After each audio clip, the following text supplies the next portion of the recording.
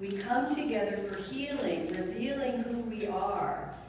Eternal, infinite being who has many names, yet is beyond all names and forms. Don't we talk about that in the Science of Mind, that there's more than one name for this magnificent presence? Ah, yes. A few weeks ago, I talked about calling in, calling out, and calling on. And how do we show up in every situation with everyone? Because it's reflected back to us how we show up. So I had the opportunity this past week to attend the Amazing Grace reunion.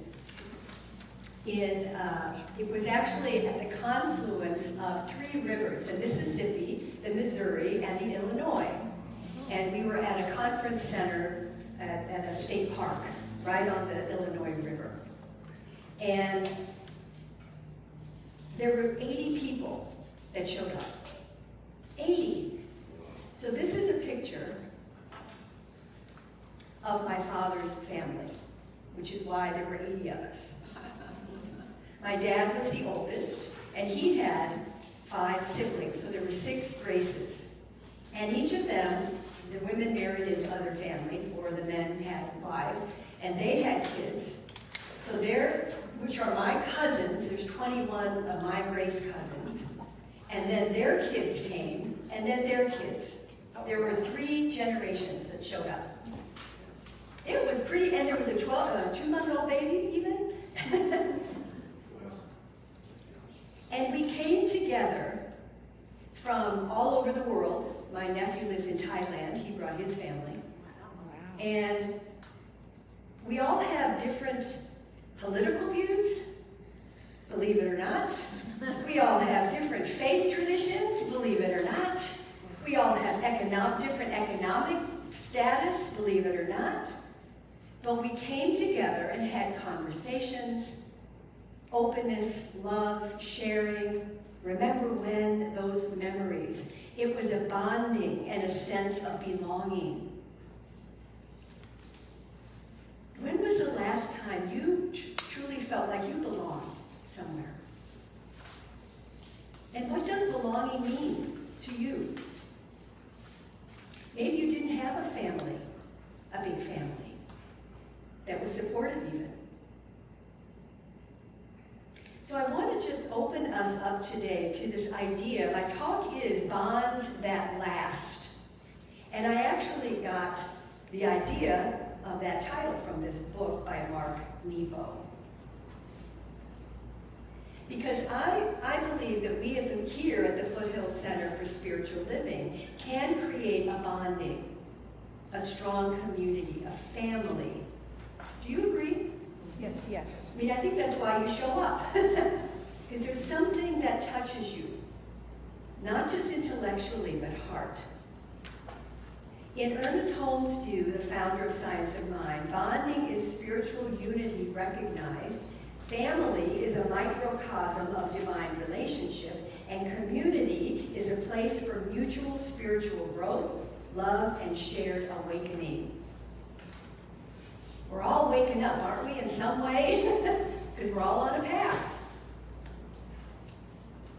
So Mark Nepo, in this book called More Together Than Alone,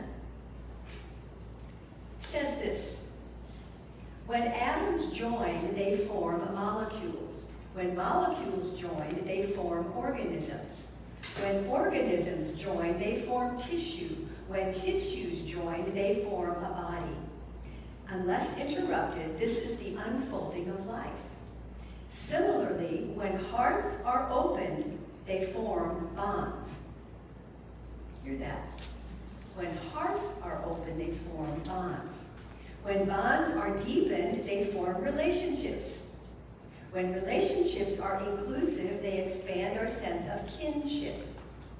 When kinships are strengthened, a community is created. Unless interrupted, this is the unfolding of what he calls the social self, which is the atom of a community. When atoms actualize the chemical bond that joining initiates, they become more together than alone. and life unfolds. When we combine with others, we grow into something greater than our individual self. Our capacity to join and complete each other is literally in our DNA. The capacity is at the heart of the social self, this capacity which makes community possible. Like water, the bond of community is necessary for life to sustain itself. Interesting.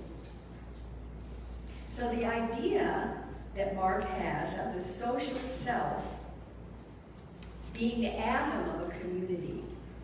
And he talks about 3 forms of connection from different spiritual traditions that I want to share with you today that make community possible. Ahimsa from the Hindu tradition, Ren from the Chinese philosopher Confucius, and the beloved community from the African American tradition.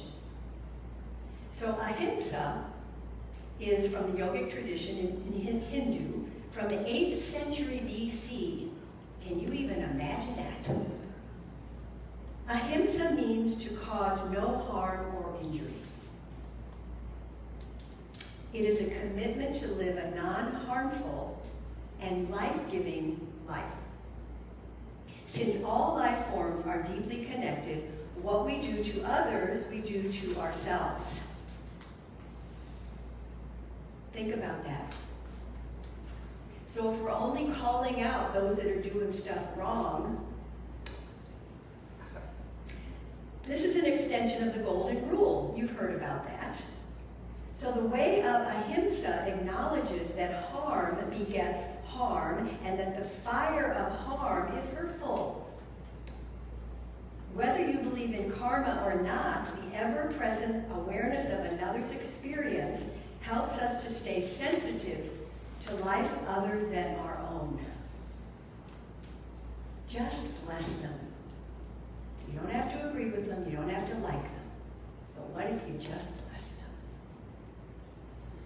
So the idea of Ahimsa can help frame our actions within the context of more than one generation. Did you know that the Native American elders consider 7 generations in making tribal decisions? 7 generations. Think about that.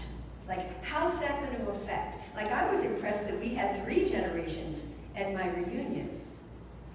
But 7 generations. Don't you think we could all benefit greatly from restoring this larger, more heart-centered perspective in everything that we face and do?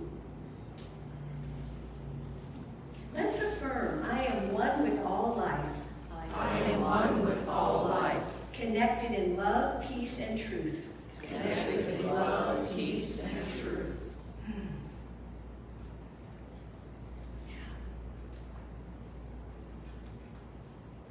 Then there's the Chinese philosopher Confucius from 479 BC. And he put forth the idea of a healthy social self, a self that was linked to the life of others.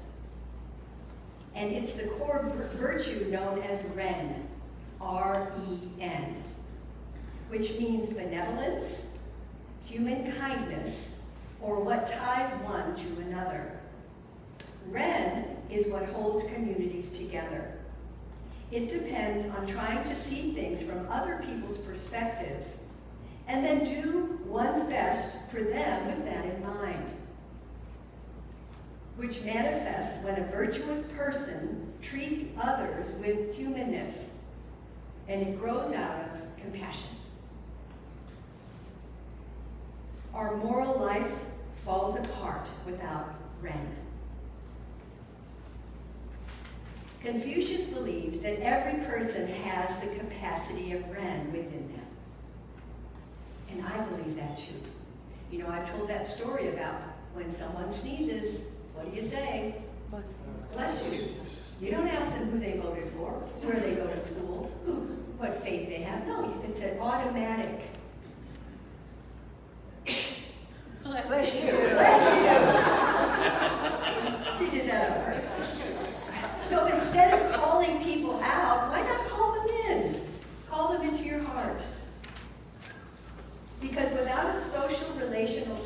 our virtues are scattered and we become fearful. So think about that. How are you showing up?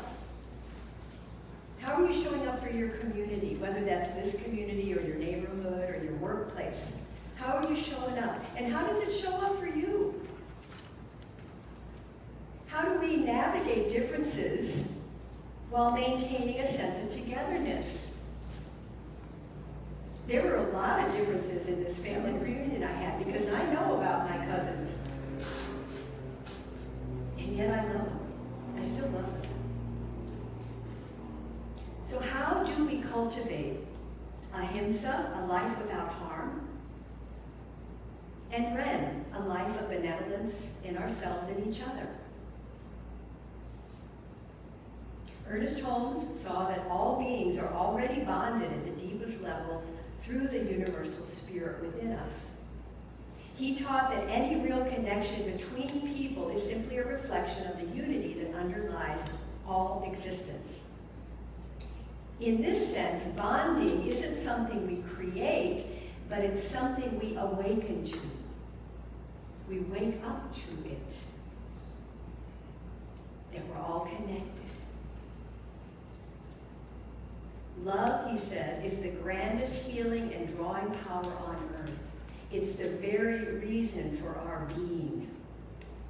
Love.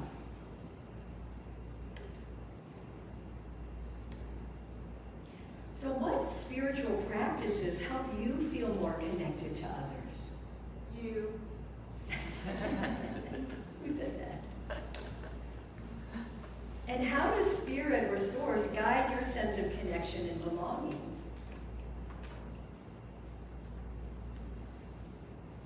Spiritual practices are not work.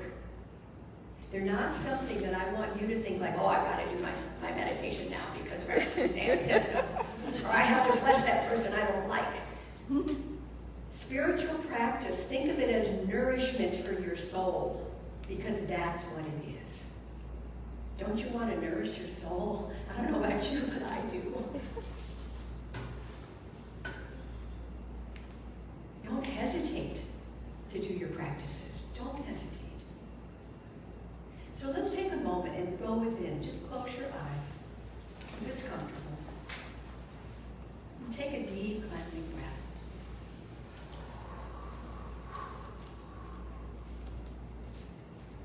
And feel from your heart center that sense of connection to something greater than you, a power greater than you, a love that is expansive, that has no discrimination. Imagine you connect with that through, I don't know, a thread or whatever that is to you, a vibration. Just use your imagination and connect to that. Love. Loving presence.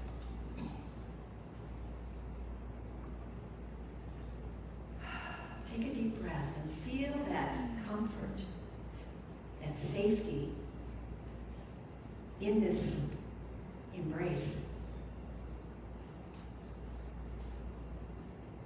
And then just bring to mind someone or somebody that irritates you or that pushes your buttons. Just bring them to mind. But in a way that you're not calling them out, but you're inviting them to just be. And then imagine you can surround them with the light of compassion. In whatever way that looks to you. Is it a color? Is it whatever it is? It doesn't matter. Just imagine that you can surround them with compassion. See them enveloped in divine love. And breathe. It's not always easy. But there's a part of you that can do this very easily. That divine sacred self. We call forth that to bless them. To let them go. To send the light to them.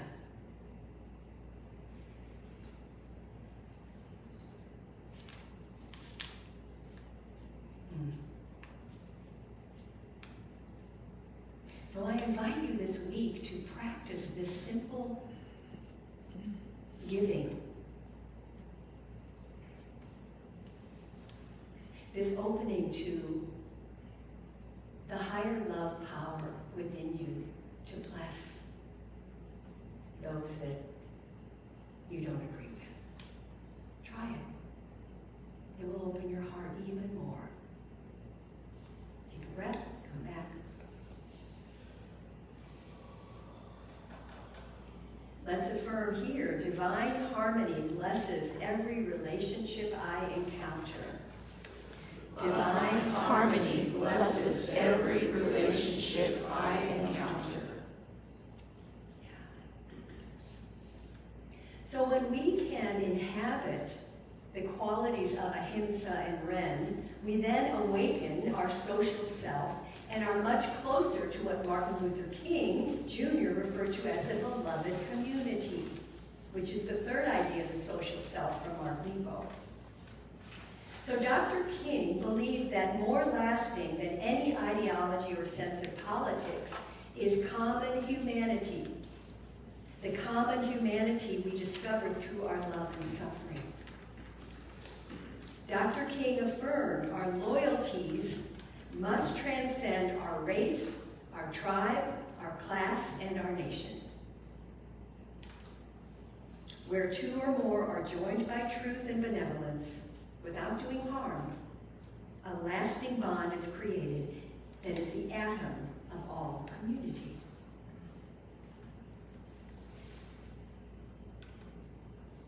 And what about our awesome community here? We have an awesome community here. Do you agree? Yes. Yes. And imagine if our hearts are open and we touch other hearts, and it just magnifies and grows. That's what we do. So how do you contribute to a sense of belonging for others? In your family, in your workplace, with your neighbors?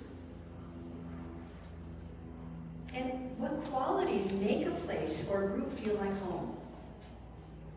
We have a vision board back there that we are really asking all of you to put up there. What is this community? What do you want to see here? Do you want to, what are you envisioning? What does a community look and feel like to you? Put it up there. Put your words up there. Put a picture. Draw something. Because we're planting seeds. I wrote a whole book about that, remember? Planting seeds. In community, I find strength, support, and sacred belonging. In community, I find strength, support, and sacred belonging. That's what I want you to feel every time you show up, whether it's online or here. Ernest Holmes emphasized again that love is the core spiritual force in all relationships, familial, romantic, or communal. He believed the family unit, like all human relationships, thrives when grounded in spiritual truth, mutual respect, and affirmation of each person's divine nature. Spiritual community is a place where we learn to practice the presence of God in each other, where we get to practice acceptance and forgiveness of each other. The consciousness of the group can uplift the individual and vice versa. You as an individual can uplift the consciousness of the group. It's like a mastermind group. If you've ever been in one, I'm in one with some ministers.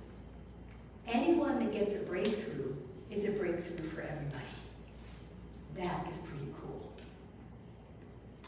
So remember, each one of us is an individualized center of God consciousness.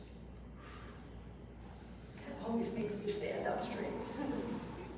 I am a center of God consciousness. I am a center of God consciousness. Doesn't that make you stand up straight?